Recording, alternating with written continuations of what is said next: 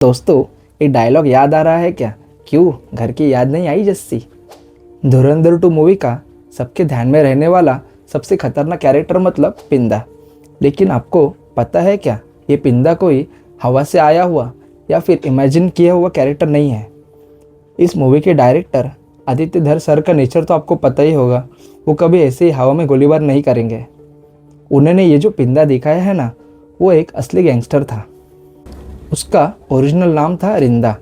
अब विषय ऐसा है कि ये रिंदा था पंजाब का, लेकिन उसका कनेक्शन था अपने महाराष्ट्र से।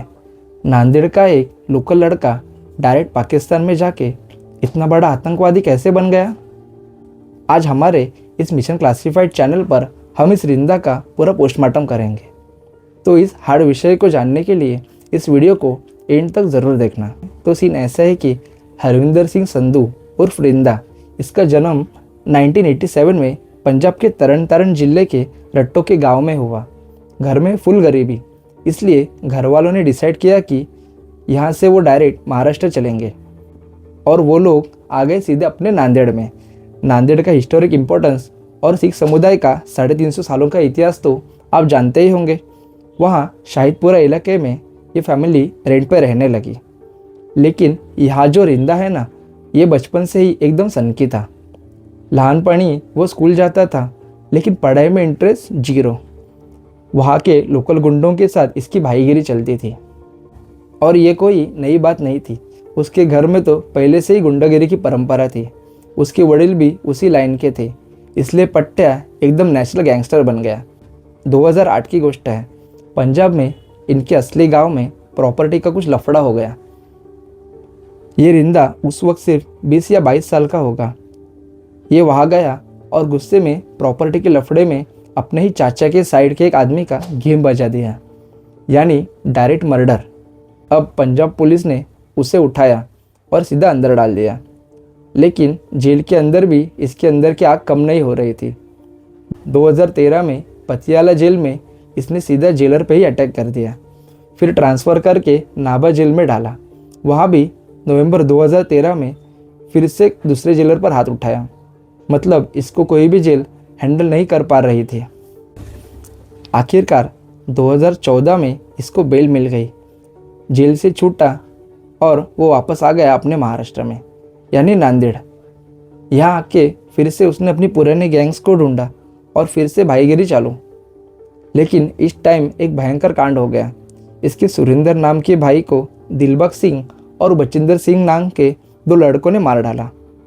भाई का बदला लेने के लिए इसने पहले दिलबाग को किडनैप करके मार डाला और उसकी बॉडी नदी में फेंक दी, और बाद में बचितौर को भी ढूंढा और उसे भी ख़त्म कर दिया। आता मात्र महाराष्ट्र पुलिस इसके पीछे हाथ धोकर लग गई थी। अब रिंदा महाराष्ट्र से फरार होकर सीधा पंजाब के चंडीगढ़ में घुसा। चंडीगढ़ में जाकर ये पंजाब यूनिवर्सिटी के स्टूडेंट पॉलिटिक्स में घुसा और वहाँ भी एक यूनियन के कार्यक्रम में इसने अपोजिट यूनियन के लीडर पर डायरेक्ट 8 गोलियां चला दी। अब ये कांड के बाद पंजाब पुलिस भी रिंदा के पीछे पड़ गई। अब 2 राज्यों की पुलिस रिंदा के पीछे थी, लेकिन ये रिंदा किसी के भी हाथ में नहीं लगा। 2016 से 2020 के टाइम में रिंदा ने पंजाब में फुल राड़ा किया था। एक बार पंजाब पुलिस को टिप मिली थी कि रिंदा बेंगलोर के एक होटल में अपनी बीवी के साथ रुका है।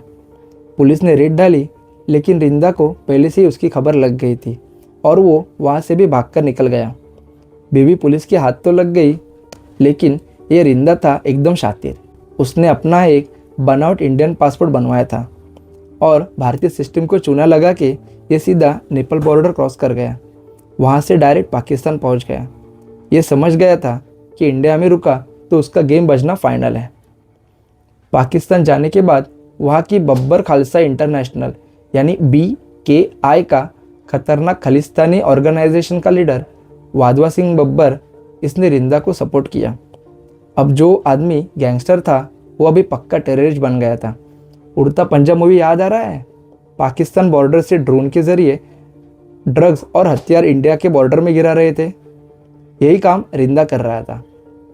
हैप्पी PhD नाम का दहशतवादी मरने के बाद उनके गैंग का पूरा कंट्रोल रिंदा के हाथ में आ गया। अब पाकिस्तान में बैठकर इसने महाराष्ट्र के नांदेड़ में संजय बियाणी नाम के एक बिजनेसमैन का मर्डर करवा दिया। उस वक्त तो पूरा नांदेड़ पूरे सदमे में था। उसका बाप और भाई इंडिया में बैठकर इसके नाम पे हफ्ता वसूल कर रहे थे। इसके अलावा पंजाब के मोहाली में पंजाब पुलिस के इंटेलिजेंस हेडक्वार्टर्स पर इसने ग्रेनेड अटैक करवाया। आखिरकार भारतीय एजेंसी ने इस पर UAPA एक्ट लगाकर ऑफिशियल दहशतवादी घोषित कर दिया। अब इस प्लॉट का सबसे बड़ा ट्विस्ट सुनो। नवंबर 2022 में खबर आई कि रिंदा पाकिस्तान में लाहौर के मिलिट्री हॉस्पिटल में मर गया। कोई बोला ड्रग्स का ओवरडोज है, यानी मूवी में जैसे दिखाया था कि रिंदा ड्रग्स एडिक्ट था। कोई बोला किडनी फेल हो गई, तो कोई बोला कि उसे बम्बेहा गैंग ने मार दिया। लेकिन असली पिक्चर तो अभी बाकी है। ज़रा सोचो, अगर वो नवंबर 2022 में मर गया था तो फिर सितंबर 2023 में अपने इंडिया के NIA ने रिंदा को जिंदा मानकर उसके नाम पर पूरे 10 लाख रुपए का इनाम क्यों रखा? इसका मतलब पाकिस्तान की ISA ने रिंदा को बचाने के लिए उसके मरने की फेक न्यूज़ फैलाई थी। ये प्रश्न आज भी कायम है। तो दोस्तों, ये थी धुरंधर 2 पिक्चर के रिंदा की रियल स्टोरी। आपको ये ट्विस्ट कैसे लगा? रिंदा सच में मर गया है या जिंदा है? कमेंट्स में ज़रूर बताना। अगर आपको ये वीडियो पसंद आया तो इस वीडियो को एक लाइक कर देना और हमारे इस मिशन क्लासिफाइड चैनल को सब्सक्राइब करना ना भूलना। तो फिर मिलेंगे ऐसे ही एक वीडियो में और ऐसे ही एक क्लासिफाइड स्टोरी के साथ। तो तब तक देखते रहिए मिशन क्लासिफाइड। जय हिंद, जय महाराष्ट्र।